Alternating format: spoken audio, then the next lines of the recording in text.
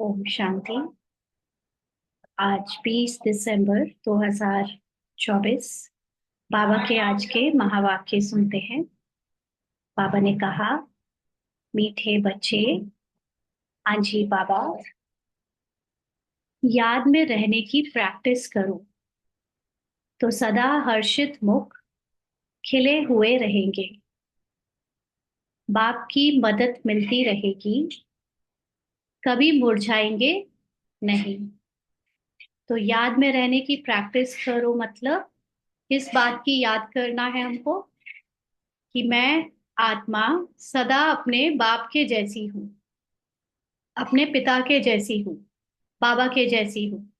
तो ड्रामा में कुछ भी होए, कुछ भी आता रहे, कुछ भी परिस्थिति बने या कुछ भी रोल के लेवल पे हो, अगर मुझे सदा ये याद रहे कि मैं कौन हूँ, किसकी हूँ और कैसी हूँ, है ना, मेरी जो सत्य ओरिजिनल स्थिति है वो क्या है, तो वो याद आ जाने से चेहरा कभी भी मुरझाएगा नहीं, सदा हर्षित मुख रहेगा, खिला हुआ रहेगा।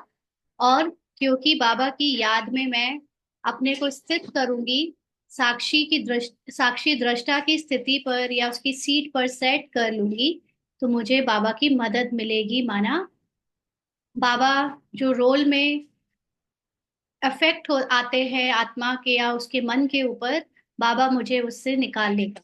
बाबा मतलब बाबा का जो ज्ञान है वो मुझे उससे बाहर निकाल लेगा, मेरे सत्य में स्थित कर देगा। तो कभी मुरझाएंगे नहीं, कभी ड्रामा के रोल में उथल पुथल होने से अपनी स्थिति कभी भी खराब नहीं करेंगे। आज का प्रश्न है, तुम बच्चों को यह गॉडली स्टूडेंट लाइफ किस नशे में बितानी है?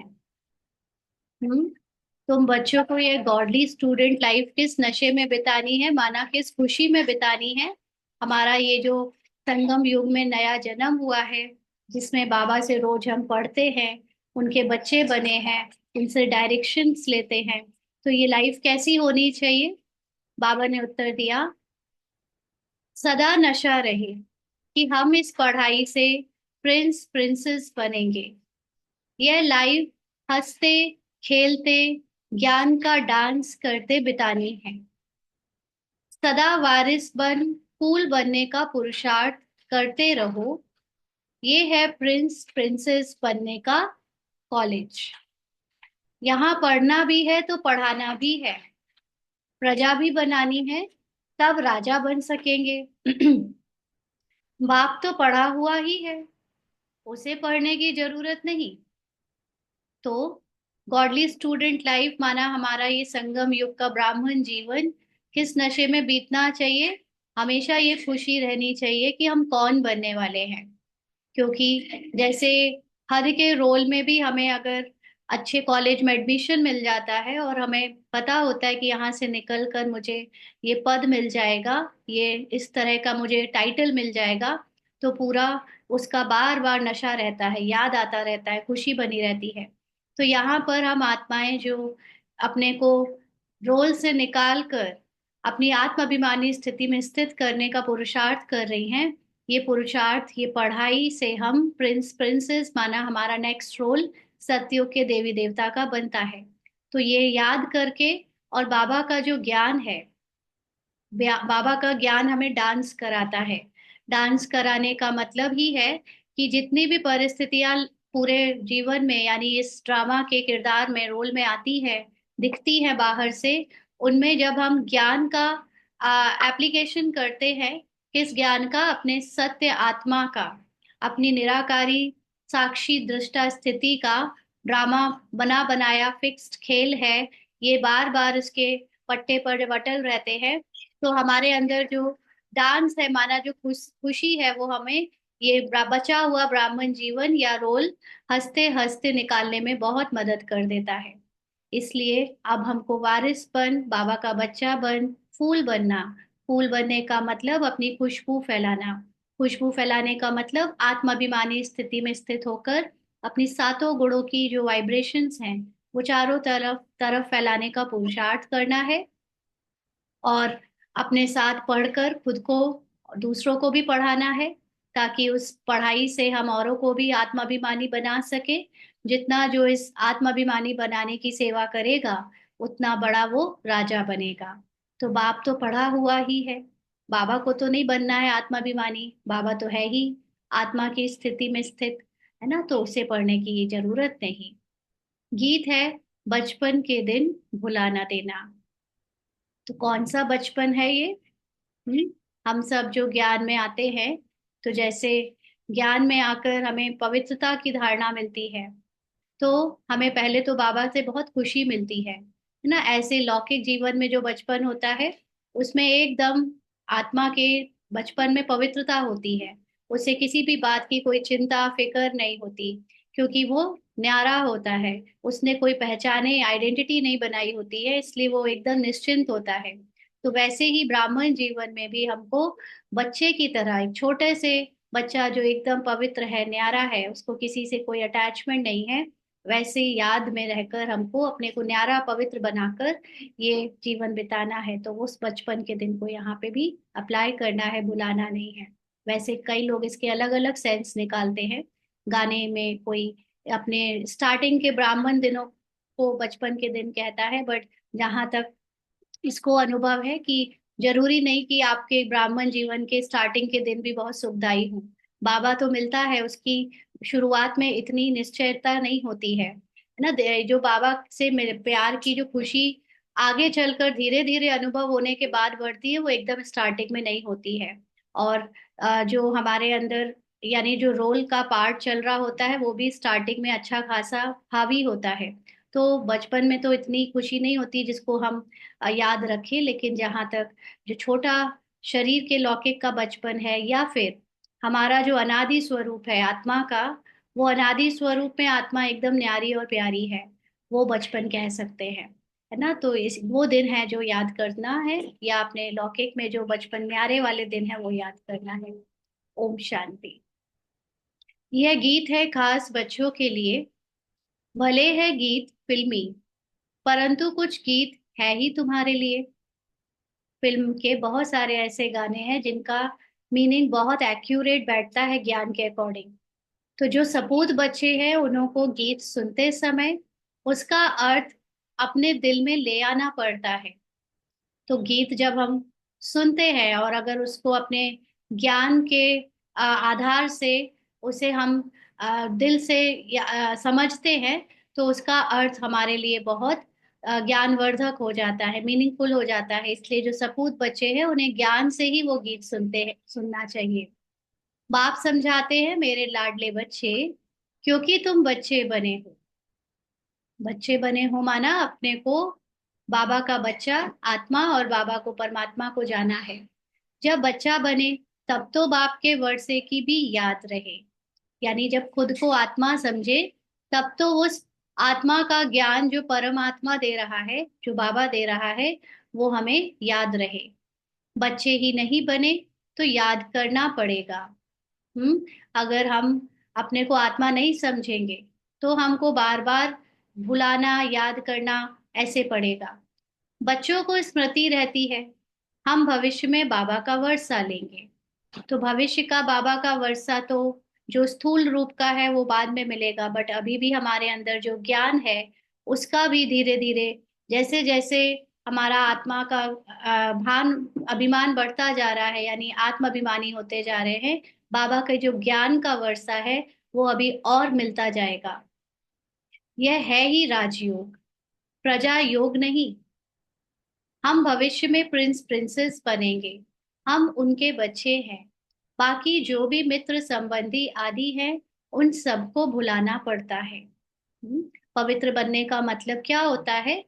बुद्धि से ड्रामा में मिली हर वो शरीर की पहचान, शरीर का लगाव, ममता अपने बुद्धि से निकालनी है, दिल से निकालनी है, और सिर्फ एक बाबा से जोड़नी है। वो कौन जोड़ पाता है? जो खुद को आत्मा समझेगा। जो खुद को शरीर समझेगा, उसका तो पूरा आधार ही इस जीवन में मित्र संबंधी शरीर रहेगा। लेकिन जो अपने को बच्चा कहता है, माना जो अपने को आत्मा समझता है, वो मित्र संबंधी आदि सबसे अपनी बुद्धि निकालता जाता है। एक बगैर दूसरा कोई याद ना पड़े, बाबा के सिवा कोई याद ना आए। देह भी याद ना पड़े। हाँ, देह अभिमान को तोड़ दे ही अभिमानी बनना है। तो शरीर को छोड़कर आत्मा को याद करना है, शरीर की दिखने वाली स्थूल दुनिया से लगाव हटाना है। देह अभिमान में आने से ही अनेक प्रकार के संकल्प विकल्प उल्टे गिरा देते हैं। जैसे ही हम इस ड्रामा को सच समझ लेते हैं, तो अनेक बातें फिर दिमाग में आकर उसके प्रति हमारी चिंता को बढ़ा देती हैं, कई सारे संकल्प विकल्प क्रिएट कर देती है। तो जैसे ही ड्रामा हमें, जैसे ही क्या, एक्चुअली तो हम सब ड्रामा में ही पूरी तरह डूबे हुए हैं, कभी कभी आत्मा को याद करते हैं ना। तो इसीलिए हमारे अंदर संकल्प विकल्प का पहाड़ जैसे गिरा रहता है हमेशा, क्योंकि पूरे समय ड्रामा को सच समझ कर जीते हैं। याद करने की प्रैक्टिस करते रहेंगे तो सदैव हर्षित मुख खिले हुए फूल रहेंगे। क्या याद करना है कि ये ड्रामा, ये शरीर की दिखने वाली दुनिया, कहानियां सब झूठी हैं। और अगर अपनी आत्मा में स्थित रहेंगे, उस सत्य को याद रखेंगे, तो कभी ड्रामा की कोई बात हमको चिंतित नहीं कर सकती, स्ट्रेस नहीं दे सकती, हमेशा हर्षित मुख रहेंगे। याद को भूलने से फूल मुरझा जाता है। है ना, आत्मा को भूलने से ही हम हमारी स्थिति गिर जाती है, मन की स्थिति गिर जाती है। हिम्मत है बच्चे, मददे बाप, इसलिए हिम्मत करके बार बार अपने को उठाना है, याद दिलाना है। बच्चे ही नहीं बने तो बाप मदद किस बात की करेंगे। अगर अपने को आत्मा नहीं समझ पाए, तो बाबा मदद नहीं कर सकता। क्योंकि बाबा के पास हम लोग आने के बाद भी बाबा से अक्सर हम ड्रामा की बातें क्या की रूरिहान करते हैं, ड्रामा की इच्छाएं और कामनाएं करते हैं। बाबा मेरे घर में ये हो गया है, मेरे बच्चे को, मेरे पति को, मेरे धंधे को, मेरे व्यवसाय को, मेरे शरीर को, सारी बातें ड्रामा ड्रामा ड्रामा की होती हैं। बाबा उसमें मदद नहीं कर सकता। कभी कभी लगता है कि बाबा ने मदद कर दी है, लेकिन एक्चुअली में ड्रामा तो पहले से फिक्स्ड है, हर एक बात पहले से फिक्स्ड है। तो उसमें बाबा की मदद नहीं मिलेगी। बाबा की मदद तब मिलती है जब मैं अपने को आत्मा में स्थित करके अपने सत्य में स्थित करूंगी। तो वो ज्ञान जो बाबा का है, जो ड्रामा की पहचान है, वो ही मुझे उससे निकलने में, उसके चिंता और उसके से लगने से बचा सकती है। क्योंकि उनका माई बाप फिर है रावण माया, तो उनसे मदद मिलेगी गिरने की। यानी ड्रामा में अगर हम किसी भी चीज की बात की मदद मांगेंगे, तो वो तो फिर हम रावण से और ही माया में जाकर डूब रहे हैं। तो जब हम माया से माया की मदद लेंगे, तो और ही गिर जाएंगे। है ना, इसका एक एग्जाम्पल लेकर हम समझ सकते हैं अपने में। जीवन के अभी जो चला पार्ट उसमें बता सकती हूँ। जैसे कल की एक बात है, कल की एक बात में ऐसा हुआ कि जो लौकिक बेटा है उसके स्कूल में कल एक ग्रुप में एक वीडियो आए बहुत सारे, जिसमें लगभग कई सारे बच्चे 10th क्लास के पबजी का गेम खेल रहे थे। और उसमें दिखाया गया कि स्कूल ने ही वो कंपटीशन ऑर्गेनाइज कराया। पबजी गेम आप जानते होंगे, जो बैन हो गया है, उसका नाम अभी कुछ और हो गया है। उस नाम से स्कूल ने ही ऑर्गेनाइज कराया, जिसमें बहुत मारना और वो सब चलता है, बहुत ज्यादा उसमें वायलेंट है। तो वो सारे बच्चे खेल रहे थे और जो विनर था उसको 5,000 रुपए मिले। तो ये स्कूल वालों ने ऑर्गेनाइज किया, तो ये देखकर एकदम शॉक्ड हुआ ये पार्ट, ये रोल। और एज अ मदर आइडेंटिटी जो पहचान जाग गई, तो उसको ये चिंता भी हुई और गुस्सा भी आया कि अब तो स्कूल वाले ही ये सब खिलाने लगे हैं, तो फिर अब बचा ही क्या है। अब तो पेरेंट्स क्या समझाएंगे, किसी को क्या बोलेंगे, क्योंकि अब बच्चे पढ़ाई के लिए फोकस करने की जगह अब तो और ही ये ऐसे वॉयलेंट गेम जो पहले खेलते भी थे लेकिन कम से कम डांटने पर मान जाते थे, अब तो खुद ही कहेंगे कि देखो इससे पैसे आते हैं। है ना, तो ये सारी चीजें आई, तो इतना विकल्प, इतना अंदर बहुत सारी चीजें हुई कि कंप्लेन करनी चाहिए, अभी ये होना चाहिए, अभी उनको बोलना चाहिए, अभी न्यूज़पेपर में डालना चाहिए, कितनी कितनी कितनी विकल्प की बातें आई। हाँ, तो जैसे यहाँ पर वही बात हुई ना कि अगर माया के पास जाएंगे मदद मांगने, तो और गिरेंगे। है ना, अब फिर उसी में इसी ने, जो लौकिक बेटा है, उसने, उस आत्मा ने याद दिलाया कि आप बाहर क्यों देख रही हो, अंदर देखो ना, दूसरों को क्यों देख रही हो। तो एक सेकंड में ज्ञान याद आया। वो अक्सर ऐसे याद दिला देता है ज्ञान खुद ही। तो उसने कहा, तो मुझे तुरंत याद आया, राइट, ये तो गेम है, ये तो नाटक है। वो नाटक में अभी अति में तो जाना ही है, सब कुछ देखना पड़ेगा। तो फिर एकदम ज्ञान याद आया, अपनी आत्मा में स्थित हुए तो थोड़ा वो हुआ, लेकिन फिर भी अभी मॉर्निंग तक भी बार बार याद आ रहा था। फिर वो रावण खींच रहा था, माया खींच रही थी, कुछ तो करना चाहिए, ऐसे कैसे। हाँ, तो ये बाबा याद दिलाता है कि अगर तुम माया के पास जाओगे, रावण के पास जाओगे, तो तुम्हारी स्थिति और गिराएगा। तुम मेरे पास बैठ जाओ, साक्षी दृष्टा स्थिति में स्थित हो जाओ, तो तुम्हें मेरी मदद मिलेगी।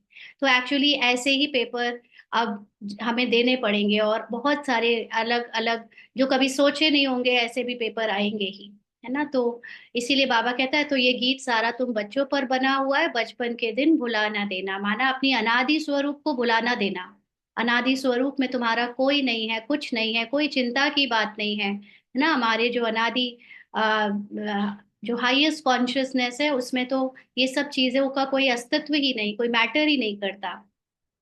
तो बाबा कहते हैं बाप को याद करना है, याद नहीं किया तो जो आज हंसे कल फिर रोते रहेंगे, है ना। देखो यही होता है, बाबा को याद करते हैं तो नाचते हैं, गाते हैं, ज्ञान की डांस करते हैं, और फिर ऐसे ही ड्रामा में एक ना एक सीन रोज कुछ नया लेकर आता है, तो फिर बार बार रुला भी देता है। रोने का मतलब आंसू बहाने की बात नहीं, लेकिन हमारी जो स्थिति है हम उससे गिर जाते हैं, और फिर स्ट्रेस में और टेंशन में और चिंताओं में चले जाते हैं। तो बाबा ने कहा याद करने से सदैव हर्षित मुख रहेंगे। तुम बच्चे जानते हो, एक ही गीता शास्त्र है जिसमें कुछ कुछ अक्षर ठीक है। लिखा है कि युद्ध के मैदान में मरेंगे तो स्वर्ग में जाएंगे। हम्म।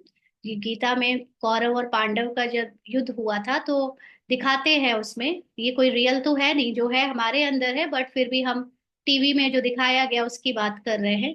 कि उसमें बताया गया है कि अर्जुन से कहा है, अगर तुम इसमें लड़ोगे और मरोगे भी तो तुम स्वर्ग में जाओगे ना। यहाँ वहां पर जितने भी लोग लड़े, चाहे वो कौरव थे चाहे पांडव थे, सबको स्वर्ग मिला, ऐसा दिखाते हैं। परंतु इसमें हिंसक युद्ध की तो बात ही नहीं। तुम बच्चों को बाप से शक्ति लेकर माया पर जीत पानी है। कल भी बाबा ने इस बारे में बात की थी, बाबा से शक्ति लेकर। और बाबा से शक्ति लेने का मतलब है, बाबा से जो ज्ञान हम लेते हैं उसमें जो हम आत्माभिमानी बनते हैं, उस आत्माभिमानी स्थिति में मुझे अपने गुण और शक्तियों का अनुभव होना शुरू हो जाता है।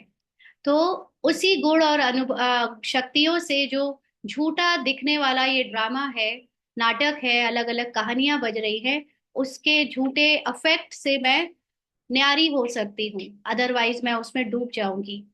तो जरूर बाप को याद करना पड़े, तभी तुम स्वर्ग के मालिक बनेंगे। स्वर्ग के मालिक माना, यहाँ पर जो हमारी स्मृति में स्वर्ग आना है, अगर बार बार ड्रामा में डूबेंगे, क्योंकि ड्रामा भी बहुत कुछ दिखाएगा, और मैं अगर उस नाटक को सच मानकर उसका चिंतन करूंगी, उसको भूल ला नहीं पाऊंगी बुद्धि से, तो मैं नरक में बनी रहूंगी। और उसको भुलाकर अपने सत्य में स्थित रहूंगी, तो मेरे अंदर ही वो स्वर्ग और जो मैं सोचूंगी, जिस स्मृति में रहूंगी, उससे वो दुनिया भी चेंज हो ही जाएगी।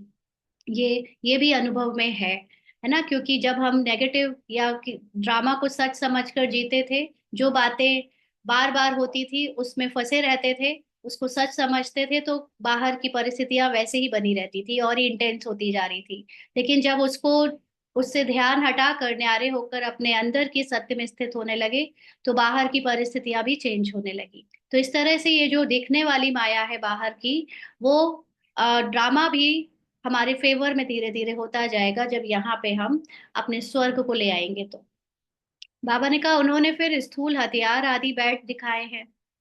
ज्ञान कटारी, ज्ञान बाढ़ अक्षर सुना है, तो स्थूल रूप में हथियार दे दिए हैं। इस समय हमारे अंदर जो ज्ञान के बाढ़ बाबा मार रहा है, हमें ज्ञान कटारी दी हुई है बाबा ने, उसको महाभारत लिखते समय लिखा तो सिर्फ एक उदाहरण के रूप में था, उपमा के रूप में, लेकिन ट्रांसलेट करने वालों ने, इंटरप्रेट करने वालों ने उसको एक हिंसक हथियारों का युद्ध बना दिया। वास्तव में है यह ज्ञान की बातें, बाकी इतनी भुजाएं आदि तो कोई को होती नहीं। तो यह है युद्ध का मैदान, योग में रहे शक्ति लेकर विकारों पर जीत पानी है। इस समय हमें अपने को आत्मा समझ, अपनी जो आत्मिक सत्यता है उसकी शक्ति का अनुभव करके, बार बार उसको याद करके, अपने अंदर जो रोल में चल रहे विकारों के या देह भान के संकल्प हैं, संस्कार हैं, सेंसेशंस हैं, अलग अलग भावनाएं हैं, उन सब पर जीत पानी है, क्योंकि वो सब कुछ झूठ है, असत्य है, नाटक का है, ड्रामा का है। तो बाबा कहते हैं बाप को याद करने से वर्षा याद आएगा, यानी अपने को आत्मा याद करने से बाबा का पूरा ज्ञान, अपनी सत्यता का ज्ञान याद आएगा। वारिस ही वर्षा लेते हैं। तो जो अपने को बाबा का बच्चा यानी आत्मा समझते हैं वही वर्षा लेते हैं। वारिस नहीं बनते तो फिर प्रजा बन पड़ते हैं। बहुत सारे लोगों को प्रदर्शनी में या कभी चलते फिरते जो ज्ञान सुनाया जाता है वो सुनकर चले जाते हैं और अपने आप को शरीर समझते रहते हैं। तो ऐसे लोग जिन्होंने थोड़ा बहुत ज्ञान का कुछ अंश सुन लिया है लेकिन फिर भी अपने को शरीर समझते हैं, वो सब प्रजा बनते हैं। यह है ही राजयोग, प्रजा योग नहीं। यह समझानी बाप के सिवाय कोई दे ना सके। तो यहाँ पर हमको भले ही ड्रामा अनुसार सेवाओं में, ये प्रदर्शनी या दूसरी सेवाओं में चल रहा है प्रजा बनाने का भी, लेकिन पढ़ाई जो ठीक से पढ़ने वाली है उससे राजा बना जाता है, महाराजा बना जाता है, कर्मेंद्रियों पर कंट्रोल करना सीखा जाता है, साक्षी दृष्टा की स्थिति पर सेट हुआ जाता है। तो ये समझानी बाबा के सिवा कोई नहीं दे सकता। बाप कहते हैं मुझे इस साधारण तन का आधार लेकर आना पड़ता है।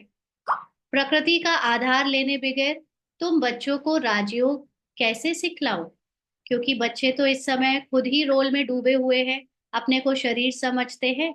इसलिए बाबा को भी शरीर का आधार लेकर अपना बाबा ने कल कहा ना कि जब तक नाम ना दे, नाम रूप ना दे, तब तक बच्चों को कैसे समझाए कि तुमको भी नाम रूप से न्यारा करूं। तो बाबा को हमारी भाषा में समझाने के लिए प्रकृति का आधार लेना पड़ता है, क्योंकि हम खुद को भी प्रकृति समझते हैं या प्रकृति के अधीन कर लेते हैं। आत्मा शरीर को छोड़ देती है तो फिर कोई बातचीत हो नहीं सकती, है ना। जब आत्मा का शरीर से अलग हो जाने का टाइम आ जाता है, चाहे वो शरीर छोड़ने के बाद, मतलब ये रोल बदलते समय, या पूरी तरह जब आत्मा बिना शरीर के रहती है, हमारे फर्स्ट जन्म के पहले और आखिरी जन्म के बाद, तो भी कोई बातचीत नहीं हो सकती, क्योंकि ज्ञान लेना देना ये सब ड्रामा के अंदर का पार्ट है। आत्मा को ड्रामा के अंदर ये सब करना पड़ता है, समझाना पड़ता है। बिना शरीर के आत्मा तो फिर है ही संपूर्ण पवित्र। तो बाबा कहते फिर जब शरीर धारण करे, बच्चा थोड़ा बड़ा हो, तब बाहर निकले और बुद्धि खुले। तो यहाँ पर भी हम सब लोग जो शरीर बदलते हैं उसमें जब बच्चा बनते हैं दोबारा, तो यानी बच्चे के अंदर दूसरा जन्म लेते हैं, तो कुछ बड़ा होंगे तभी तो वो ज्ञान समझने के काबिल बनेंगे।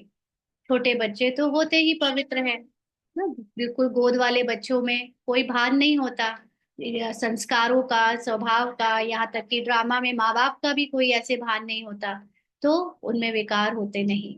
सन्यासी लोग सीढ़ी चढ़कर फिर नीचे उतरते हैं, अपने जीवन को समझ सकते हैं। हम्म।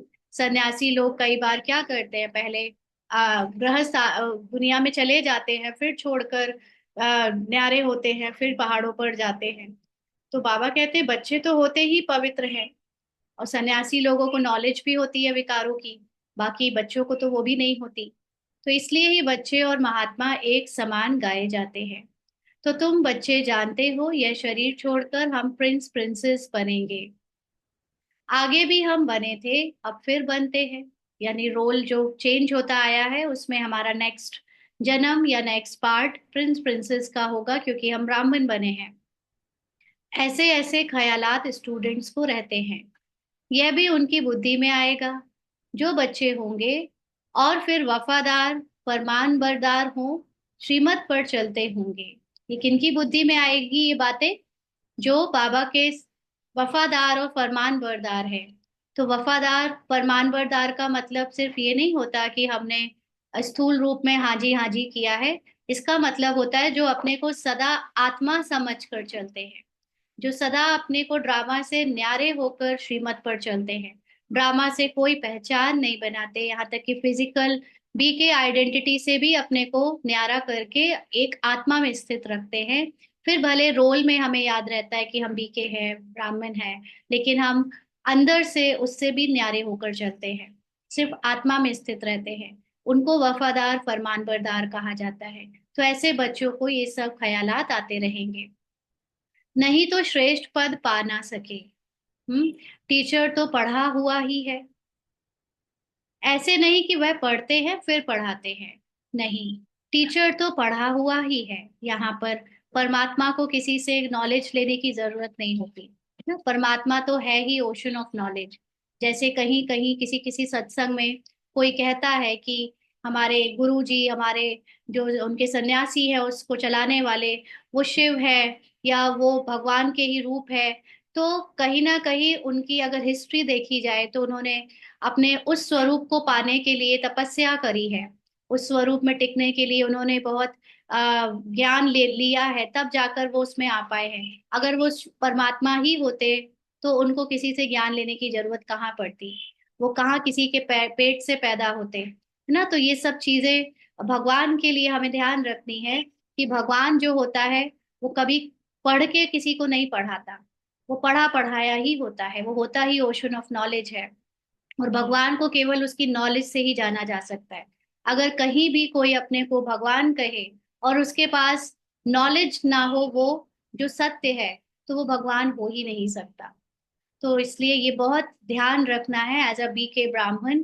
माया आएगी, माया आती है जब हमारे यहाँ पर स्थूल और ड्रामा से रिलेटेड इच्छाएं पूरी नहीं होती, कामनाएं पूरी नहीं होती, या ड्रामा में जो प्रॉब्लम समस्याएं आ रही हैं वो सॉल्व करने की हमारे अंदर शक्ति नहीं होती, और हम सोचते हैं कि कुछ जादू टोना हो जाए, या कोई दूसरा जैसे कई जगह जाकर कोई कुछ कह देता है, कर देता है, मंत्र फूंक देता है तो लोगों के कुछ काम बन जाते हैं। अगर वैसा नहीं हुआ तो बहुत सारे लोग फिर छोड़कर जाने लगते हैं। तो हमेशा समझना है कि परमात्मा हमें हमारी ड्रामा की स्क्रिप्ट को सुधारने नहीं आया है ऐसे। वो अलग बात है, पहले वो हमें शक्तिशाली बनाता है, फिर हमारी शक्ति से ड्रामा अपने आप सुधर जाता है। लेकिन ये नहीं होगा कि हम वैसे ही गिरी हुई सोच के बने रहे, वैसे ही बॉडी कॉन्शियस में डूबे रहे और हमारा ड्रामा सुधर जाए। बाबा हमेशा पहले हमको अपने समान बनाता है, बाप समान बनाता है, और फिर हमारी शक्ति से वो ड्रामा सुधर जाता है। माना बना बनाया नूंद है, बट हमारी शक्ति से वो ड्रामा एक्यूरेट बजने लगता है, सबके लिए सुखदाई हो जाता है। तो बाबा कहते हैं टीचर तो पढ़ा हुआ ही है, उनको नॉलेजफुल कहा जाता है। सृष्टि के आदि मध्य अंत की नॉलेज और कोई नहीं जानते। मेन बात है ड्रामा, ड्रामा की नॉलेज कोई नहीं जानता। आत्मा के बारे में कोई बता सकता है, परमात्मा को भी चलो 100% ना सही बट 70% तक करेक्ट बता सकता है, बट ड्रामा कोई नहीं बता सकता। पहले तो निश्चय चाहिए, वह बाप है। अगर किसी की तकदीर में नहीं है तो फिर अंदर में खिटखिट चलती रहेगी। सबसे ज्यादा जो संकल्प और विकल्प की प्रॉब्लम आती है वो कब, जब हम अपने को आत्मा भूल जाते हैं। और जब आत्मा भूल जाते हैं तो परमात्मा बाप को भी भूल जाते हैं, और इसीलिए फिर जो ज्ञान हम लेते हैं उसमें हमको डाउट होता है। तो बाबा कहते पता नहीं चल सकेगा।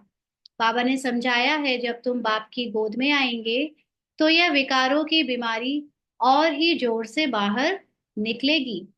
वैद्य लोग भी कहते हैं बीमारी उथल खाएगी, बाप भी कहते हैं तुम बच्चे बनेंगे तो देह अभिमान की और काम क्रोध आदि की बीमारी बढ़ेगी। नहीं तो परीक्षा कैसे हो। तो इसको परीक्षा कह लो या इसको सफाई कह लो। जब जब हमको ज्ञान से हम अपने अंदर स्थिति को श्रेष्ठ बना रहे होते हैं, तो पुरानी अंदर की जितनी भी 63 जन्मों में स्वभाव संस्कार या सबकॉन्शियस माइंड में जो इस जन्म की नहीं भी है लेकिन पिछले 63 जन्म के स्वभाव संस्कार हमारे बीत चुके हैं, वो सब हमारे जाने अनजाने फिर हमारे ऊपर हावी होने लगते हैं। क्योंकि वो सब निकलने के लिए आते हैं, या कह लीजिए परीक्षा के रूप में आते हैं। तो जितनी ज्यादा हम परीक्षाएं देंगे, जितना जल्दी जल्दी परीक्षाएं देकर हम उनको अपने सत्य से पार करेंगे, उतनी ऊंची हमारी स्थिति बनती जाएगी। इसलिए पहले भी काम क्रोध लोभ या जो भी देह भान की बातें आती थी, बट ज्ञान नहीं था तो हमें वो परीक्षा नहीं लगती थी। हम उसको एज इट इज जी रहे थे जैसे बाकी के संसार के लोग लेकर चल रहे हैं।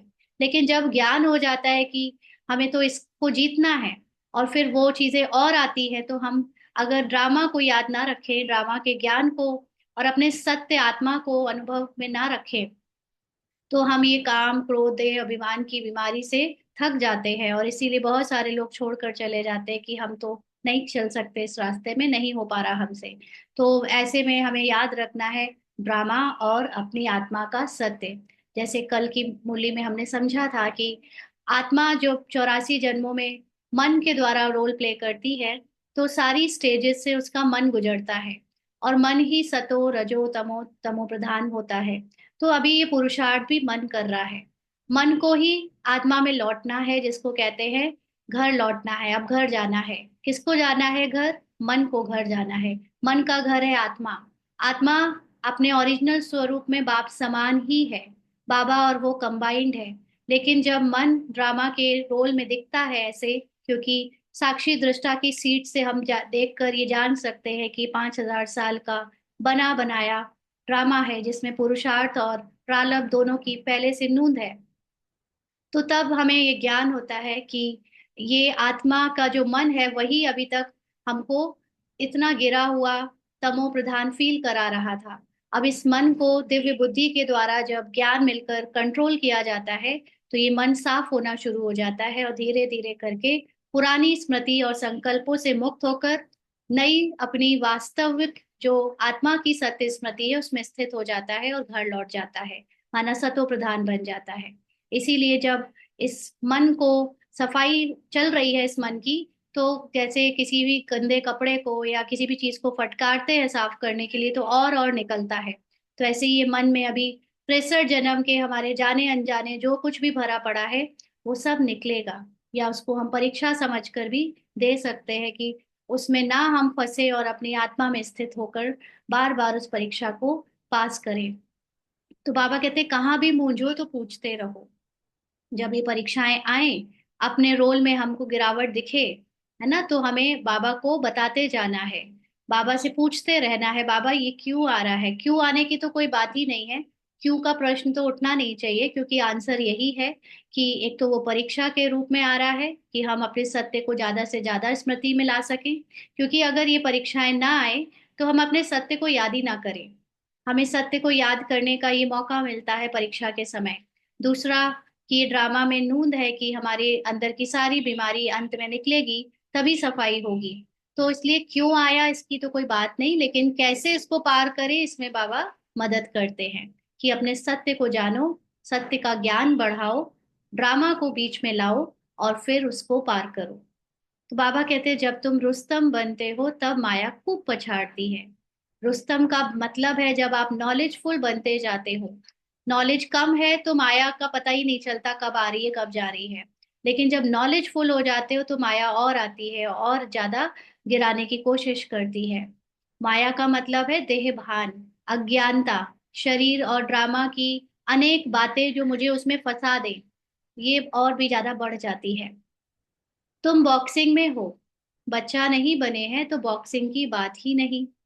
अच्छा, फिर ये भी जो लाइन है ना, रुस्तम बनते हो तब माया खूब पछाड़ती है, इसका मतलब ये है, देखो परिस्थिति तो पहले भी आ रही थी, परिस्थिति ब्राह्मण जीवन के कम ज्ञान के टाइम पे भी आ रही थी, अभी भी आ रही है और आगे भी आएंगी। लेकिन हमारे अंदर जो ज्ञान है उस ज्ञान से हम सूक्ष्म से सूक्ष्म माया को पहचानना शुरू कर देते हैं, और उसके कारण फिर हमें लगता है कि माया तो बढ़ गई। पहले हम मोटी मोटी माया को ही समझते थे कि काम, क्रोध, लोभ, मोह, अहंकार, बस उतना माया। फिर धीरे धीरे और जाना, अच्छा मन, बुद्धि, संस्कार, स्वभाव, ये भी माया, ये मन भी मैं नहीं हूँ, ये संस्कार और ये सेंसेशन भी मैं नहीं हूँ। तो फिर उसको भी हमने जाना, तो अब हमारी माया बढ़ गई क्योंकि हमें अब उस लेवल तक जाना है। फिर धीरे धीरे जब हम और सूक्ष्म ज्ञान की तरफ जाएंगे और हमारी आत्माभिमानी स्थिति से हमारी डिटेल बढ़ती जाएगी, तो हमें माया की और सूक्ष्म बातें पता चलती जाएंगी। इसीलिए उसको कहते हैं कि माया रुस्तम बनकर फिर पछाड़ती है, जितना रुस्तम आप बनते हो। आप अगर कम लेवल का एग्जाम दोगे तो आपके पेपर भी इजी होंगे, जब आप हाई लेवल का एग्जाम दोगे तो पेपर भी डिफिकल्ट होंगे। बाबा कहते हैं बच्चा नहीं बने हैं तो बॉक्सिंग की बात ही नहीं।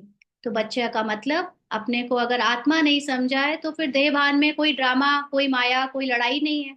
आप हो ही फिर पूरे ड्रामा में डूबे हुए, लड़ते रहो ड्रामा की बातों से, फंसते रहो उसमें, कौन निकाल रहा है, किससे आपको बचना है। लेकिन जब आत्मा का ज्ञान हो जाता है अपने को, तब हमें उन बातों से झुंझलाहट होती है, उन बातों में हमें निकलने की अंदर से आसक्ति होती है कि अब हमें ड्रामा में नहीं फंसना है, क्यों ये गम और क्यों ये अशांति मिल रही है। बाबा कहते हैं वो तो अपने ही संकल्पों विकल्पों में गोते खाते हैं, ना कोई मदद ही मिलती है। हम लोग देख लें, लौकिक में ही जो लोग ड्रामा में डूबे हुए हैं, जो आत्मा के ज्ञान को जानकर भी कभी याद भी नहीं करते, उसमें कभी टिकने का कोई पुरुषार्थ नहीं है, वो उसी दुनिया में ही खुश है, उसी में ही आएंगे, रो लेंगे, अशांत हो लेंगे। तो उन्हें कोई बाबा से मदद लेने की जरूरत नहीं पड़ती। बाबा समझते हैं, मम्मा बाबा कहते हैं, तो बाप को बच्चा बनना पड़े, बाप का बच्चा बनना पड़े, फिर वह दिल में पक्का हो जाता है कि यह हमारा रूहानी बाप है। तो आत्मा के रूप में बाबा मेरा बाप है ना, मम्मा बाबा यानी ब्रह्मा माँ और शिव बाबा, और मैं उनकी आत्मा बच्चा। तो बाकी यह युद्ध का मैदान है, इसमें डरना नहीं है कि पता नहीं तूफान में ठहर सकेंगे व नहीं। और ये जो तूफान भी है ना, ये भी झूठे हैं। बस इतना समझ लो कि जब तक ये कलयुग का पार्ट बचा हुआ है तब तक कुछ ना कुछ आएगा, और ये कलयुग का पार्ट एकदम एंड होना ही है, तब तक चलेगा ना। तो उसके बाद ये तूफान बंद हो जाएंगे। इसीलिए बस अपने आप को उस तूफान में पकड़ के रखना है। जैसे अगर आपको अनुभव हो कि कभी बहुत बहुत तेज बारिश का तूफान आता है, या जहाँ पे रेगिस्तान होता है वहां पर बहुत तेज रेगिस्तान वो सैंड उड़ती है तूफान में, तो उस समय बस इतना करना होता है कि हम अपने को किसी चीज को पकड़ कर रोक ले, हिले ना।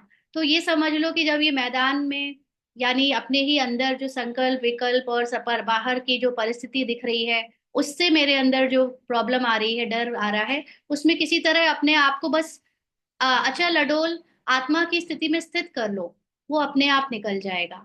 है ना, तो इसीलिए डरना नहीं कि हम पार करेंगे, हमें पार करने की जरूरत नहीं है, वो पार हो जाएगा। हम तो जहाँ हैं वही हैं, तूफान आते और जाते हैं, हम कहाँ जाते हैं, हम तो वहीं रहते हैं। है ना, तो इसलिए उनको आना है, उसको ही जाना है, मैं तो अपनी स्थिति में स्थित हूँ। तो बाबा कहते हैं इसको कमजोर कहा जाता है, जो भी तूफान से डर जाए कि मैं पता नहीं इसमें रह पाऊंगा या नहीं, बाबा कहते हैं इसको कमजोर कहा जाता है, इसमें शेर बनना पड़े। तो अपने को शेर बनाकर चलना है। पुरुषार्थ के लिए अच्छी मत लेनी चाहिए, बाप से पूछना चाहिए। बहुत बच्चे अपनी अवस्था लिखकर भेजते हैं, बाप को ही सर्टिफिकेट देना है। बाप को मतलब बाबा जो हाईएस्ट कॉन्शियसनेस है, उसको ही बताना है कि कौन कौन उसकी कॉन्शियसनेस के इक्वल बना है, किस किस ने अपनी हाईएस्ट कॉन्शियसनेस को प्राप्त कर लिया है, क्योंकि बाबा ही बता सकता है। उसके सिवा बाकी बच्चे तो पुरुषार्थी हैं, वो और कौन बताएगा। तो बाबा कहते हैं इनसे भले छिपाए, यानी ब्रह्मा से भले छिपाए, परंतु शिव बाबा से तो छिप ना सके। बहुत है जो छिपाते हैं, परंतु उनसे कुछ भी छिप नहीं सकता। अच्छे का फल अच्छा, बुरे का फल बुरा होता है। सतयुग त्रेता में तो सब अच्छा ही अच्छा होता है। माना जब आप सोल कॉन्शियस होते हो तो सब कुछ अच्छा अच्छा होता है, जब आप बॉडी कॉन्शियस होते हो तो फिर उसका फल भी बुरा होता है। अच्छा बुरा पाप पुण्य यहाँ होता है, वहां दान पुण्य भी नहीं किया जाता।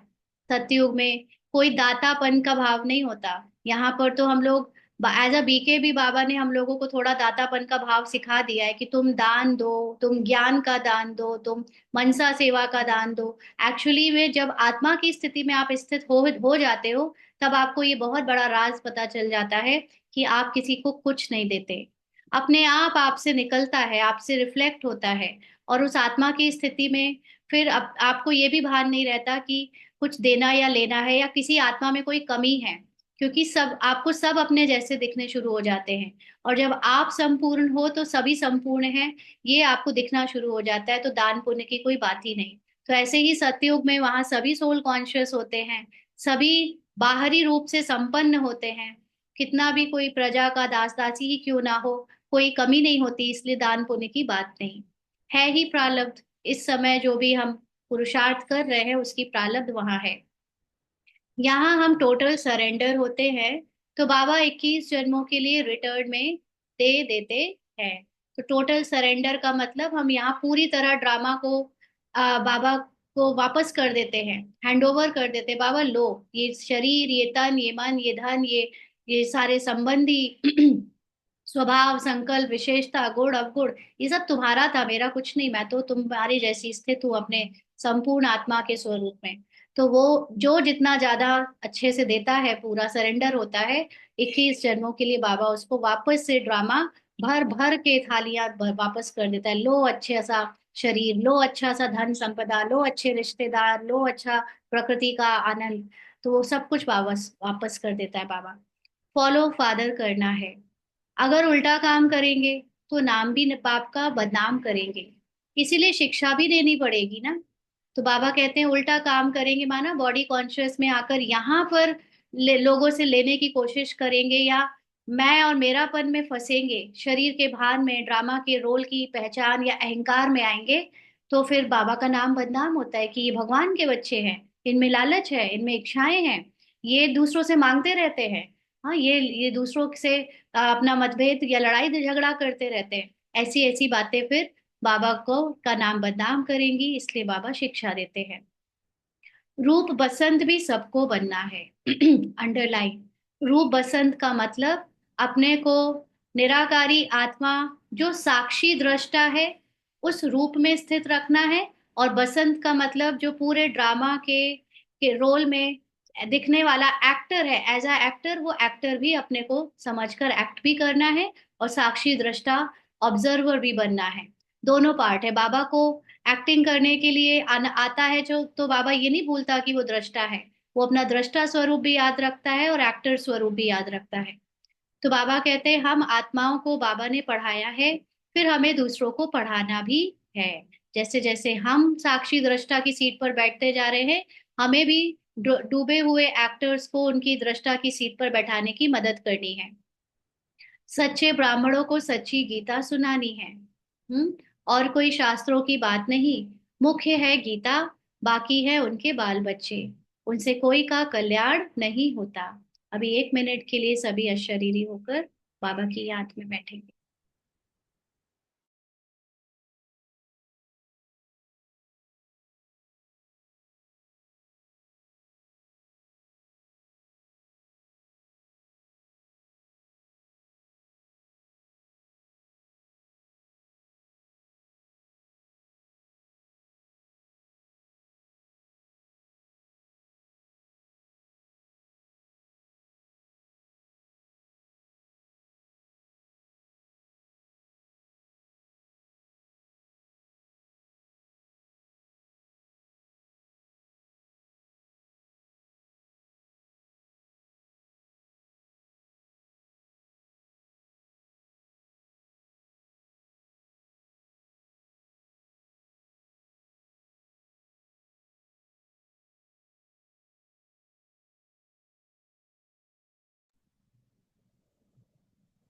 आगे बाबा कहते हैं मेरे को कोई भी नहीं मिलता।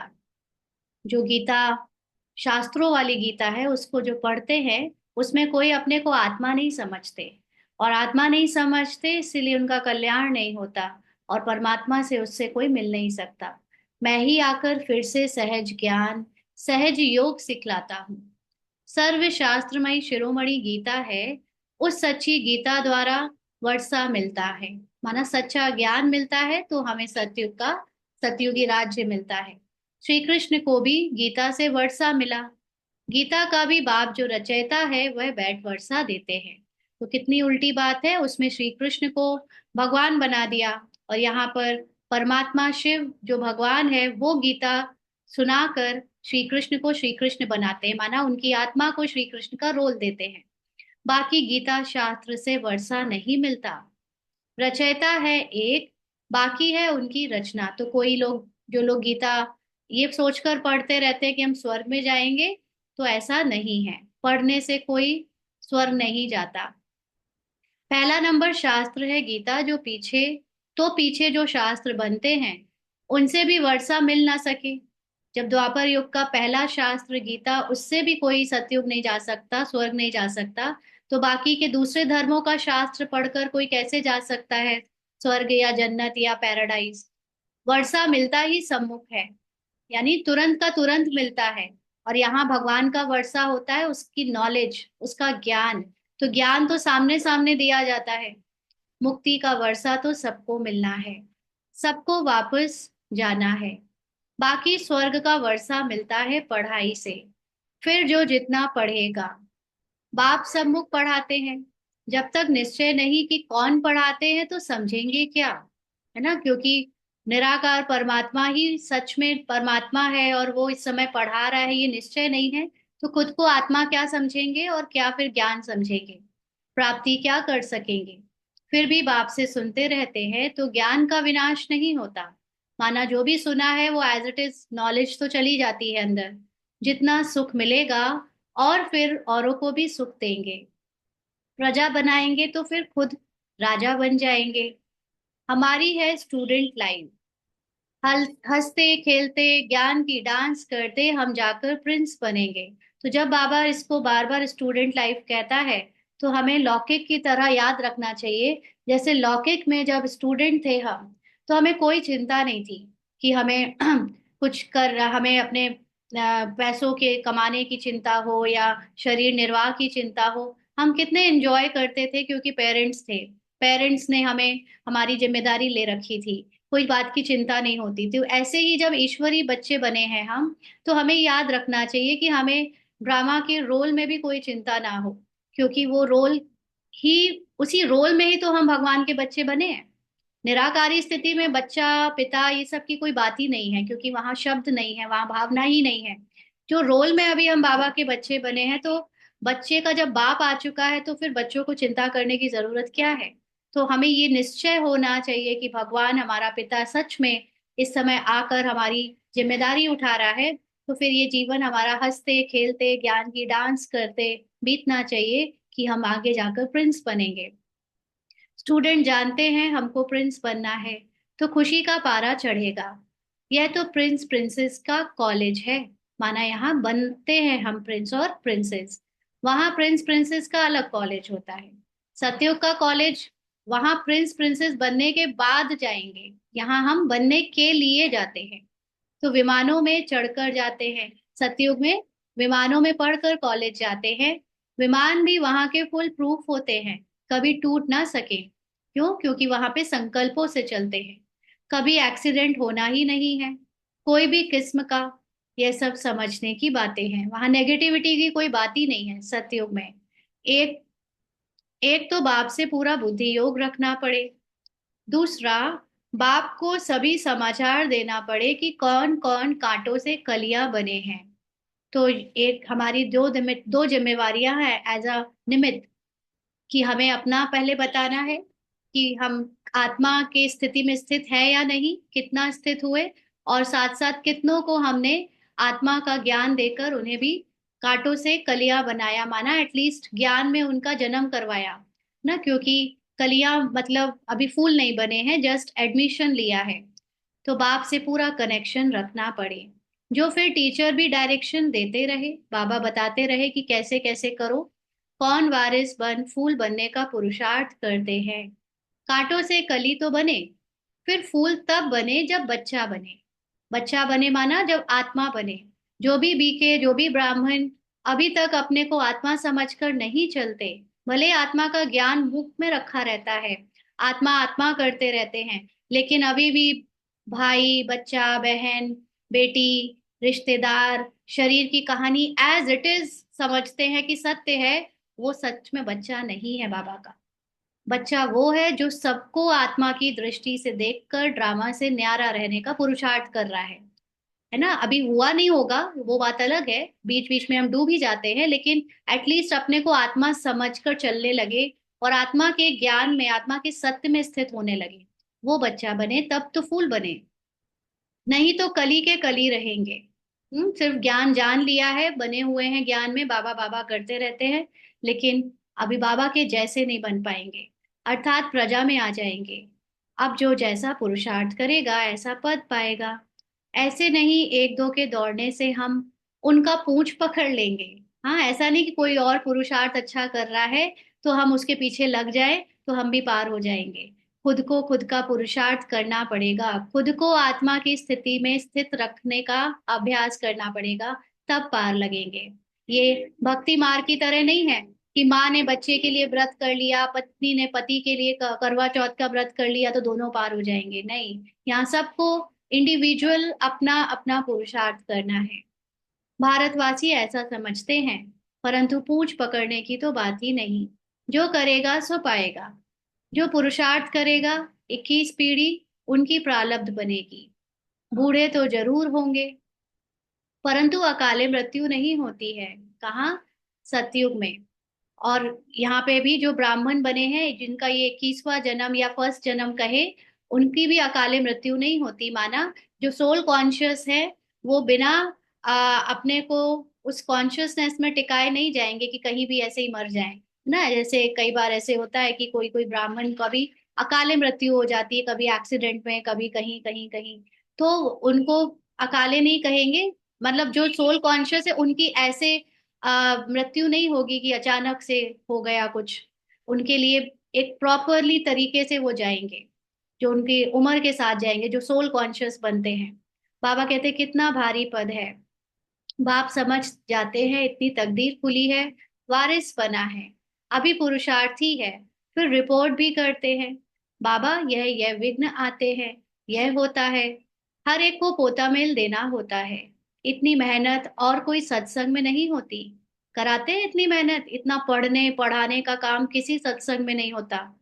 हर एक को पोता मेल देना होता है। बाबा कहते, बाबा तो छोटे छोटे बच्चों को भी संदेशी बना देते हैं। लड़ाई में मैसेज ले जाने वाले भी चाहिए ना। तो यहाँ पर जो संदेशियां हैं, दादियां वगैरह, ये सब बचपन से ही उनका ये रोल चल रहा है। लड़ाई का यह मैदान है। लड़ाई का मतलब माया से जो हम आत्माएं लड़ रहे हैं, उसको ले जाने वाला मैसेंजर चाहिए। कहाँ ले जाने वाला? सूक्ष्म वतन में। हाँ, तो ये सब खेल में है पूरा सूक्ष्म वतन। यहाँ तुम सम्मुख सुनते हो तो बहुत मजा, बहुत अच्छा लगता है, दिल खुश होती है। बाहर गए और बगुले का संग मिला तो खुशी उड़ जाती है। बगुले मतलब जो दिखने में तो हंस की तरह है, वस्त्र सफेद वस्त्रधारी, लेकिन जो बॉडी कॉन्शियसनेस में है, जिनको माया ने पकड़ रखा है, जो जिनको नाटक की कहानी में बहुत इंटरेस्ट है, नाटक में ब्राह्मण और बीके जीवन के बाहरी रोल में इंटरेस्ट है ना। बाकी लौकिक में भी वो बगुले, लेकिन वो बगुले कम से कम व्हाइट ड्रेस तो नहीं पहनते ना। लौकिक वाले बगुले दिखते तो है कि वो अलग है, लेकिन जो अलौकिक जीवन में बगुले हैं, वो तो हमारे जैसे ही दिखते हैं, लेकिन अंदर से पूरी तरह देह भान और देह अभिमान में होते हैं। तो उनसे संग मिला, उल्टी सीधी बातें हुई ड्रामा की, तो खुशी उड़ जाती है। वहां माया की धूल है ना, इसलिए पक्का बनना पड़े। बाबा कितना प्यार से पढ़ाते हैं, कितनी फैसिलिटीज देते हैं।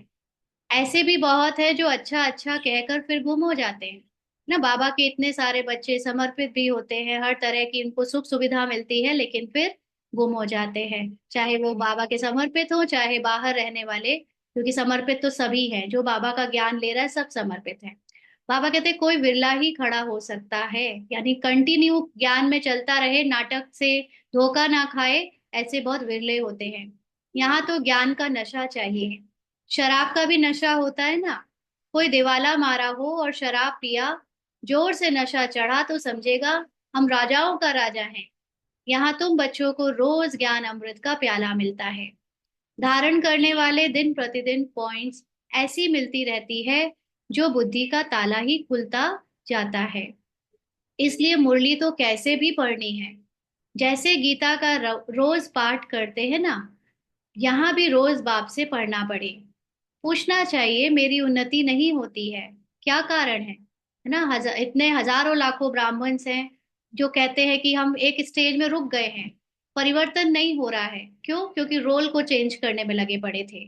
सारा पुरुषार्थ ऊपर से शरीर का हो रहा था, शरीर के व्यवहार को, शरीर की हर चीज को बदल रहे थे, और आत्मा पे तो काम ही नहीं कर रहे थे। इसीलिए उन्नति नहीं होती। तो बाबा ने कहा, क्या कारण है, आकर समझना चाहिए। आएंगे भी वह जिनको पूरा निश्चय है कि वह हमारा बाप है। यानी पहले तो जो खुद को आत्मा समझते होंगे, वही आत्माभिमानी होने का ज्ञान ले सकेंगे। जिनको खुद को शरीर का भान है, मैं बीके हूँ, मैं ब्राह्मण हूँ, वो ये आत्मा के ज्ञान के लिए यहाँ नहीं आ सकते। क्यों? क्योंकि उनको ये रहता है कि जब तक कोई निमित्त हमको कुछ ना बताए, वो ना कहे, तब तक हम मानेंगे नहीं। क्योंकि उनका वह जैसे भक्ति में एक आदत पड़ी थी, हमें पूजने की, अंधविश्वास करने की। वैसे यहाँ पर भी कईयों की आदत है कि उनका जन्म नॉलेज से नहीं है, उनका आत्मा टू आत्मा रिलेशन या नजर नहीं है, दृष्टि नहीं है। उनकी दृष्टि है कि कोई निमित्त है वैसा, कोई शरीरधारी वैसा है जो अपने को ऑफिशियली टीचर कहे, वो हम उनकी बात मानेंगे। तो इसलिए वो पूरा निश्चय नहीं है, क्योंकि जब अपने को आत्मा समझ लेते हैं तो परमात्मा का ज्ञान आपको जहां मिलता है वो आपको कैच हो जाता है। बाबा कहते हैं ऐसा नहीं पुरुषार्थ कर रहा हूँ निश्चय बुद्धि होने के लिए। निश्चय है तो है, नहीं है तो नहीं है, इसके लिए कोई पुरुषार्थ नहीं किया जाता। निश्चय तो एक ही होता है, उसमें परसेंटेज नहीं होती। बाप एक है, उनसे वर्षा मिलता है। यहाँ हजारों पढ़ते हैं फिर भी कहे निश्चय कैसे करूं, उनको कमबख्त कहा जाता है। बख्तावर वह जो बाप को पहचान और मान ले। कोई राजा कहे बाप को पहचाना मतलब बाबा के ज्ञान को पहचाना। भगवान को पहचानने वाला सिर्फ भगवान को उसके ज्ञान से पहचान सकता है। बाकी ऊपर से सब माया है, पूरा ड्रामा माया है, आदि से अंत तक। आदि तो नहीं कहेंगे, आदि का मतलब सतयुग त्रेता छोड़ दे तो द्वापर से लेकर कलयुग अंत तक सब माया है। इसलिए अगर आपके अंदर ज्ञान की परख की शक्ति नहीं है तो परमात्मा का जो सत्य है, वो जो मेरा सत्य, हम उस तक नहीं पहुंच सकते।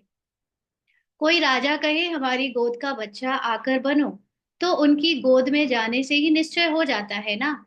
ऐसे नहीं कहेंगे कि निश्चय कैसे हो, यह है ही राजयोग। बाप तो स्वर्ग का रचयिता है तो स्वर्ग का मालिक बनाते हैं। निश्चय नहीं होता है तो तुम्हारी तकदीर में नहीं है, और कोई क्या कर सकते हैं।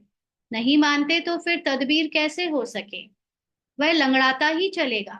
माना देहभान में जा जाकर बार बार अपने को दुखी करके ऊपर नीचे लंगड़ाता रहेगा।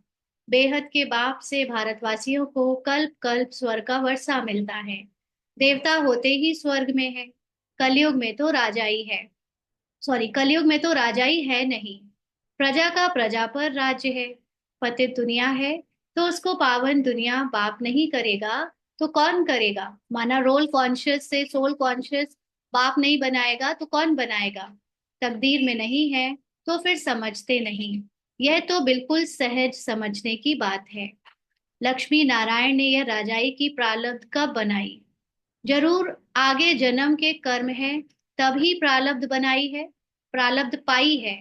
लक्ष्मी नारायण स्वर्ग के मालिक थे, अभी नरक है, तो ऐसा श्रेष्ठ कर्म अथवा राजयोग सिवाय बाप के और कोई सिखला ना सके।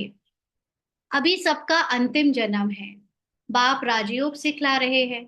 द्वापर में थोड़े राजयोग सिखलाएंगे, है ना। ये आखिरी हम सबका रोल है, तो उस रोल में ड्रामा अनुसार हमें सतयुग यानी सोल कॉन्शियस स्थिति बनाने के लिए परमात्मा ये ज्ञान दे रहा है। द्वापर में थोड़ी ना सिखलाएगा, क्योंकि अभी तो ड्रामा के रोल को और भी आगे बढ़ना है, एंड हुआ नहीं। द्वापर के बाद सतयुग थोड़े ही आएगा। यहाँ तो बहुत अच्छी रीति समझ कर जाते हैं, बाहर जाने से ही खाली हो जाते हैं। जैसे डिब्बी में ठिकरी रह जाती है, रत्न निकल जाते। तो ज्ञान सुनते सुनते फिर विकार में गिरा तो खलास। विकार का मतलब अपने को आत्मा भूल शरीर की दुनिया में लौट गया, ड्रामा की दुनिया में ड्रामा की पहचानों में लौट गया तो खलास। बुद्धि से ज्ञान रत्नों की सफाई हो जाती है। ऐसे भी बहुत लिखते हैं, बाबा मेहनत करते करते फिर आज गिर गया। क्योंकि गिराता कौन है, मन गिराता है, जो तमो मन है वो बार बार गिरा देता है। तो फिर गिरे गोया अपने को और कुल को कलंक लगाया, तकदीर को लकीर लगा दी। घर में भी बच्चे अगर ऐसा कोई अकर्तव्य करते हैं तो कहते हैं कि ऐसा बच्चा मुआ, मतलब मरा भला। तो यह बेहद का बाप कहते हैं कुल कलंकित मत बनो। बाबा कहते यदि विकारों का दान देकर फिर वापस लिया तो पद भ्रष्ट हो जाएगा। माना एक बार हमने बाबा उसे कह दिया आत्मा समझकर खुद को कि बाबा ये सब कुछ आपका है, और फिर ड्रामा में डूबे तो फिर क्या होगा, पद भ्रष्ट हो जाएगा। माना अपने को आत्म अभिमानी से जब देह भान में ले जाएंगे तो हमारी आत्म अनुभवी स्थिति नीचे चली जाएगी, और हम अपने जो हाईएस्ट कॉन्शियसनेस का सुख लेने वाले थे वो छूट जाएगा। पुरुषार्थ करना है, जीत पानी है। चोट लगती है तो फिर खड़े हो जाओ। घड़ी घड़ी चोट खाते रहेंगे तो हार खाकर बेहोश हो पड़ेंगे। हम्म। तो यानी चोट लगे, जब अगर कभी देह भान में चले भी जाएं, लेकिन फिर आत्मा की संजीवनी बूटी, जो ड्रामा का ज्ञान है, जो आत्मा का सत्य है, उसे याद करके फिर खड़े हो जाओ। लेकिन अगर बार बार गिरेंगे तो फिर खड़े होने लायक नहीं बचेंगे। बाप समझाते तो बहुत है, परंतु कोई ठहरे भी। माया बड़ी तीखी है। पवित्रता का प्रण कर लिया, अगर फिर गिरते हैं तो चोट बड़े जोर से लग पड़ती है। बेड़ा पार होता ही है पवित्रता से। यानी पूरा ड्रामा से अगर हम न्यारे नहीं हुए, अपने हद की इच्छाओं, पहचानों, समस्याओं को पीछे नहीं छोड़ा, उससे अपनी लगाव, ममता को नहीं मिटाया, तो फिर ये अंत में जो अभी बहुत माया बदल बदल कर और ड्रामा में या संसार का खेल बहुत तामसिक होने जा रहा है, जो बहुत एकदम गिरा हुआ होने जा रहा है, उसमें हम दुख की आग में, अशांति की आग में जलेंगे, सजाएं खाएंगे। इसीलिए प्योरिटी यानी न्यारापन बहुत जरूरी है। प्योरिटी थी तो भारत का सितारा चमकता था। माना जब सब आत्म अभिमानी थे, रोल से अलग थे, तो ये भारत शाइन करता था, पूरे विश्व में राज्य करता था। अब तो घोर अंधियारा है। अभी तो शरीर और देह में इतना डूबे पड़े हैं, इसलिए एकदम भारत डूब गया था। अच्छा, मीठे मीठे सिकील दे बच्चों प्रति माता पिता बाप दादा का याद प्यार और गुड मॉर्निंग। रूहानी बाप की रूहानी बच्चों को नमस्ते। हम रूहानी बच्चों की रूहानी बाप दादा को याद प्यार, गुड मॉर्निंग और नमस्ते बाबा। शुक्रिया, थैंक यू बाबा। धारणा के लिए मुख्य सार। पहला पॉइंट, इस युद्ध के मैदान में माया से डरना नहीं है। बाप से पुरुषार्थ के लिए अच्छी मत ले लेनी है। वफादार फरमानबरदार बन श्रीमत पर चलते रहना है। तो या ये जितना जितना हमें ज्ञान क्लियर होता जाएगा, उतनी माया की सूक्ष्म बातें पता चलती जाएंगी। हमें हमारे ही अंदर स्वभाव संस्कार की जो चेकिंग होने लगेगी, क्योंकि पहले हम समझते थे माया बाहर है, माया परिस्थिति में है, माया दूसरे लोगों के विरोध में है। तो धीरे धीरे पता चला कि नहीं, ये सब कुछ जो बाहर विरोध हो रहा है, परिस्थितियां आ रही है, ये तो मेरे मन की उपजाई हुई है। ये तो जो मैं सोचती हूँ उसका ही रिफ्लेक्शन बाहर है। तो सारा ध्यान फिर मन पे जाने लगा। अब जब मन के अंदर जाने लगा, तो अब मन में फिर ऐसी ऐसी बातें भी आने लगी जो 63 जन्म में हमें अभी तक अंदर मर्ज कर हो गई थी। अब वो जब निकलती हैं तो जैसे एक दिव्य बुद्धि से जो ज्ञानी माइंड है वो डर जाता है कि क्या हो रहा है। तो इसलिए डरना नहीं है। वफादार फरमानबरदार बनना मतलब अपने हाईएस्ट कॉन्शियसनेस का सत्य सदा अपने सामने रखना है। उसकी श्रीमत जो है कि हम अपने को बाप समान समझ के चलो, अपनी सत्य की स्थिति में स्थित होकर चलो, तो हम ये युद्ध के मैदान में माया को हरा कर आगे बढ़ जाएंगे। तो एक्चुअली हमको आगे पीछे नहीं होना है, हम तो अपनी स्थिति में स्थित रहें आत्मा में। परिस्थितियां आएंगी जाएंगी, आएंगी जाएंगी, उनको जाने देना। रूहानी नशे में परिस्थिति की बात बाहरी नहीं, बाहरी तो दूसरी चीज हो गई। अब अंदर की जो है, अंदर की जो घबराहट, अंदर के जो अलग अलग फीलिंग्स, चाहे क्रोध, चाहे लोभ, चाहे अहंकार, चाहे वासनाएं, इच्छाएं, ये अनेक आती रहती हैं, जाती रहती है। हमें बस अपने में स्थित रहना है, उनमें ध्यान नहीं देना है। रूहानी नशे में रहने के लिए ज्ञान अमृत का प्याला रोज पीना है। अगर हम चाहते हैं कि हमारी स्थिति सदा बनी रहे, अच्छी रहे, अचल अडोल रहे, तो ज्ञान को एक दिन भी मिस नहीं करना। एक दिन क्या, एक सेकंड भी मिस नहीं करना। बाबा का 1 घंटे का ज्ञान और हमारे अंदर का मनन चिंतन, जो अमृत का प्याला है, वो हर सेकंड चले, श्वासों श्वास चले। मुरली रोज पढ़नी है। सिर्फ पढ़नी नहीं है, मुरली का स्वरूप बनना है। मुरली मैं ही बन जाऊं, ऐसा हो जाना चाहिए। तकदीरवान बख्तावर बनने के लिए बाप से कभी संशय ना आए। हाँ, तो तकदीरवान का मतलब कंप्लीट सोल कॉन्शियस अगर बनना है, तो अगर हमने अपने को देह के भान में ले गए तो डाउट आ जाएगा, संशय आ जाएगा। इसलिए कभी भी रोल और ड्रामा में डूबना नहीं है। आज का वरदान है, ब्रह्मा बाप समान जीवन मुक्त स्थिति का अनुभव करने वाले, कर्म के बंधनों से मुक्त भाव। ब्रह्मा बाप समान जीवन मुक्त स्थिति का अनुभव करने वाले, कर्म के बंधनों से मुक्त भव। बाबा ने समझाया कि ब्रह्मा बाप कर्म करते भी कर्मों के बंधन में नहीं फंसे। बंधन का मतलब मुझसे कराया जा रहा है ये सब कुछ, लेकिन ये मैं नहीं कर रहा, ब्रह्मा नहीं कर रहा, ये शिव बाबा करा रहा है। तो कुछ भी हो, चाहे वो बच्चों की पालना का काम करे, चाहे ज्ञान देने की सेवा उनके मुख से हो, चाहे वो धारणाओं के लिए आइडिया या सलाह देने की, लेटर लिखने की उनसे कार्य हो, कुछ भी यज्ञ का काम हुआ, बाबा ने कभी नहीं, मैंने नहीं किया, ये तो शिव बाबा करा रहा है। उन्होंने कभी उस कर्म को कर्तापन में नहीं लाया कि मैं करने वाला हूँ। तो बाबा ने बंधन नहीं लिया। संबंध निभाते भी संबंधों में के बंधन में नहीं बंधे। बाबा ने अपने को आदि जो बाबा का जो कहते हैं कि प्रजापिता का एक संबंध था सबके बच्चों के साथ। बाबा का नाम था, भले ही प्रजापिता या बाबा बाबा सब करते थे, बट बाबा ने उसकी आइडेंटिटी कभी अपने ऊपर हावी नहीं होने दी, हमेशा शिव बाबा को आगे रखा। तो वे धन और साधनों के बंधन से भी मुक्त रहे। बाबा ने कभी भले ही धन भी जब पहले भी था और बाद में जब बैगरी पार्ट के बाद आना शुरू हो गया सेवाओं के समय, तो भी उसका कभी अपने लुत्फ लेने के लिए या उसकी लग्जरी लेने के लिए बाबा ने कभी अपने को उसमें बांधा नहीं।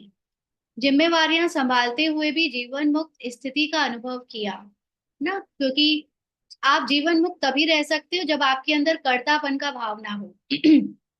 अगर आपने ये समझ लिया ये पार्ट मैं बजा रहा हूँ, मेरा है, मेरे संकल्प, तो जीवन मुक्ति गई, माना खुशी गायब। क्योंकि उसके छूट जाने से, उसके चले जाने से फिर आपके अंदर वही स्थिति नहीं रहेगी। तो ऐसे फॉलो फादर करो, किसी भी पिछले हिसाब किताब के बंधन में बनना नहीं। ये जो हमारे अंदर क्रोध, लोभ, अहंकार या दूसरे दूसरे विकार भी आते हैं ना, ये हमारे 63 जन्म के हिसाब किताब के कारण आते हैं। अपने को शरीर समझकर हमने पिछले 63 जन्म में जब जब कर्म किए, उसका रिजल्ट है कि इस ब्राह्मण जीवन में जो बचा हुआ प्रारब्ध है, वो चाहे विकारों के रूप में ही क्यों ना निकले, लेकिन वो बची हुई प्रारब्ध खत्म होने आती जरूर है। इसीलिए वो हिसाब किताब जब आए, वो जब विकारों का हम पर हावी होना हो, तब हम उसको ये ना समझे कि वो मैंने किया या मेरा है। उसके बंधन में नहीं बंधना, अपने को आत्मा के सत्य में स्थित रखना, इसको कहते हैं हिसाब किताब के बंधन से निकलकर बाहर आ जाना। ना, जो भय लग रहा है ये पिछले 63 जन्म की प्रारब्ध है, ये क्रोध आ रहा है पिछले 63 जन्म की प्रारब्ध है, हिसाब किताब है, इसलिए ये सब आ रहा है, इसलिए इसके बंधन में नहीं बनना। संस्कार, स्वभाव, प्रभाव और दबाव के बंधन में भी नहीं आना। ना, ये जो पुराने संस्कार आ रहे हैं या कोई दूसरों का हम पर कोई दबाव है रिश्तों के कारण या कोई हेल्प के कारण, शरीर के भान के कारण, उसमें भी नहीं बंधना, मैं किसी के प्रभाव में ना आऊं। तब कहेंगे कर्म बंधन मुक्त, जीवन मुक्त। कई बार हम लोग सोचते हैं कि सेवा में इन्होंने बहुत मदद करी है तो इनकी सुनना ही पड़ेगा, इनकी बात माननी पड़ेगी। नहीं, हम जो बाबा को कराना है वो होगा, बाकी मुझे किसी ने कुछ किया, किसी ने कुछ हेल्प करी या प्रभाव, किसी का स्वभाव बहुत अच्छा है तो बुरा ना मान जाए, मुझे इन सब में नहीं फंसना। कि ड्रामा में जो जिसको जैसा पार्ट मिला है उसने उसके अनुसार किया, तो मैं किसी के बंधन में नहीं आ सकती। इसको कहेंगे जीवन मुक्त। स्लोगन है, तमोगुणी वायुमंडल में स्वयं को सेफ रखना है। तो साक्षी होकर खेल देखने का अभ्यास करो। अंडरलाइन, बहुत अच्छा स्लोगन है, आज याद रखना। अगर हमें इस पूरे ड्रामा के जो अब बिल्कुल अति में जा रहा है, हद की अति, जैसे अभी आपको स्टार्टिंग में एग्जाम्पल बताया कि स्कूल में जब ऐसे वायलेंट गेम खिलाए जा रहे हैं और उसका गिफ्ट पैसों के रूप में बच्चों को देकर बोर्ड के एग्जाम वाले बच्चों को ही कराया जा रहा है, तो आप समझ सकते हो कि कितना हम तमोगुणी बन चुके हैं और बनते जा रहे हैं। तो ऐसे वायुमंडल को सिर्फ साक्षी होकर देखना है, उसमें फंसना नहीं है कि मैं सुधार दूं, उसके खिलाफ मोर्चा खड़ा कर दूं, उसको लोगों को सुधरने में हेल्प करूं ना। करने तो जिसको जो करना है, मैं सिर्फ साक्षी हूँ। मुझे सिर्फ इस गेम को देखना है, मुझे उसमें कुछ भी कर्ता नहीं बनना है। ड्रामा को कुछ कराना होगा तो वो अपने आप करा लेगा, लेकिन मैं उसके कर्ता के भाव में नहीं आऊंगी, क्योंकि जहां से कर्ता बनी तो उसका फिर भोक्ता भी बनना पड़ेगा, माना उसका रिजल्ट से भी मतलब हो जाएगा, और फिर वो रिजल्ट का तो जाल बहुत फंसा हुआ है, उसमें जाना ही नहीं है। इसलिए साक्षीपन का अभ्यास करना है। अच्छा, ओम शांति। आज के अव्यक्त इशारे हैं। ब्राह्मण जीवन में जितने ब्राह्मणों का आपके प्रति स्नेह, सम्मान अर्थात रिगार्ड होगा, दिल से संतुष्ट होंगे, उतना ही आप पूज्य बनेंगे। पूज्य के लिए स्नेह और सम्मान होता है।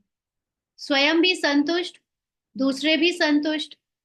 अगर असंतुष्ट करने वाला आपको असंतुष्ट करने की कोशिश करे, तो आप शीतलता को धारण करना।